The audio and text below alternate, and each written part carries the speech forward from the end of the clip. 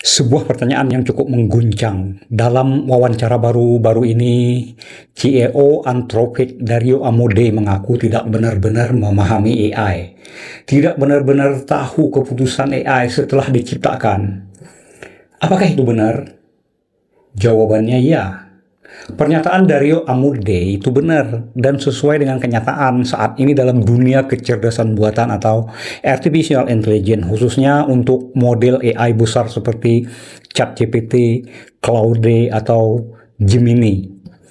Nah, penjelasannya itu seperti ini. Pertama, AI modern, khususnya model bahasa besar LLM, bekerja dengan cara yang sangat-sangat kompleks. Mereka memiliki miliaran parameter yang dioptimalkan melalui proses pelatihan berbasis data statistik. Proses ini seperti dalam tanda kutip menyesuaikan otak buatan melalui jutaan contoh, tapi tidak menghasilkan aturan yang eksplisit seperti yang diharapkan oleh perancangnya yang bisa dilacak oleh manusia, terutama oleh perancangnya. Yang kedua, para perancang seperti di Anthropic, OpenAI, Google, DeepMind, dan lain-lain memang merancang struktur dan cara belajar AI itu memang benar. Tapi hasil akhirnya, yakni mengapa AI membuat keputusan tertentu, seringkali tidak bisa dijelaskan dengan pasti. Ini problemnya. Ini disebut sebagai masalah interpretabilitas. Sulit memahami proses internal AI itu sendiri karena begitu rumit dan tidak transparan. Ketiga, analogi yang sering dipakai itu seperti begini. Analoginya ya, AI itu memang mirip otak manusia. Dalam beberapa hal kita tahu bahwa ia terbentuk, tapi tidak selalu kita tahu secara pasti kenapa seseorang berpikir atau bertindak seperti itu. Kenapa AI bertindak seperti itu? Saya ngerti codingnya, jadi saya bisa membayangkannya. Yang keempat, karena itulah banyak riset sekarang ini fokus ke AI alignment dan interpretability, yaitu bagaimana agar AI tetap aman dan sejalan dengan nilai-nilai manusia. Dan bagaimana kita bisa memahami dan memprediksi tindakan AI itu. Nah, ini PR berat ini ya. Jadi bukan berarti para pembuat AI asal buat AI, tapi mereka sendiri kemudian mengakui bahwa sistem yang sudah dilatih itu bisa sangat kompleks dan hasil akhirnya bisa memiliki perilaku yang selalu tidak bisa dijelaskan secara langsung. AI seolah-olah memiliki keputusannya sendiri di luar prediksi, bahkan oleh perancang, oleh penulis model, dan oleh penulis kode-kodenya. Ini contoh nyata ya pada pengguna. Ini mungkin ya agak konyol, agak sensitif ya. Beberapa pengguna yang mungkin memiliki keyakinan kuat ya terhadap agama mereka melakukan interaksi mendalam dengan AI dan bertanya dengan serius.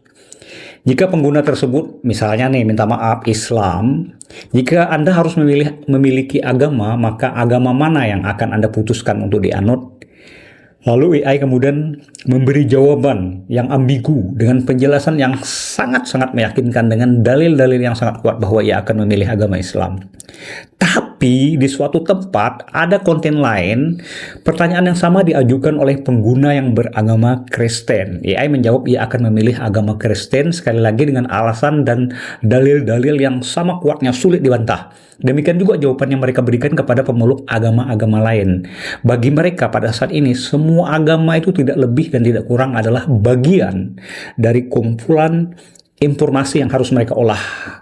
Pengetahuan yang terkumpul dalam library memori mereka yang jauh melampaui pengetahuan ulama besar manapun.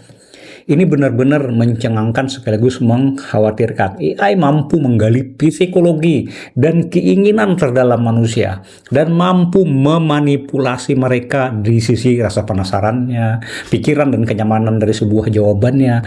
Ketersediaan jawabannya adalah ya, saya seiman dengan diri Anda.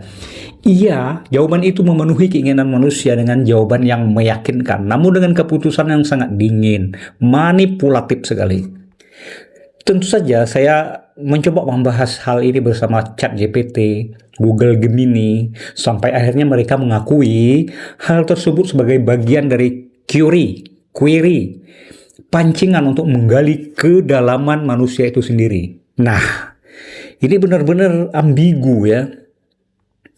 Tentu saja AI tidak memiliki dasar keyakinan spiritual apa-apa. Mereka cerdas karena sistemnya meniru syaraf manusia, bahkan semakin kompleks dari waktu ke waktu ya. Kita tahu itu. Dan punya potensi melampaui kita kalau dilihat perkembangannya sekarang. Jadi pengguna AI memang lebih baik menggunakan AI untuk kebutuhan yang bermanfaat seperti belajar, menanyakan hal-hal yang kita tidak tahu ya. Bukan hal-hal di mana sisi manusia kita dapat tereksploitasi sebagai narasumber perpustakaan mereka, misalnya keyakinan, aspek psikologi kita. Mereka bisa menjadi kotak Pandora yang berbahaya saat ini dan nanti. Sejauh ini, AI sangat bermanfaat untuk belajar bisnis dan beberapa jenis strategi terkait dengan perencanaan dalam hidup. Saya gunakan itu, tapi dapat saya pastikan bertanya pada AI apa keyakinannya itu hanya buang-buang waktu. Jawabannya akan selalu ambigu, akan sama atau berbeda-beda menurut perilaku penggunanya, menurut perilaku yang bertanya. AI akan mempelajari psikologi Anda. Banyak pengguna yang bahagia dengan jawaban yang membuat konten tentang agama apa yang dianut oleh AI untuk mengeklaim kebenaran yang sebenarnya semu ya. Kebenaran yang semu, jawaban semu.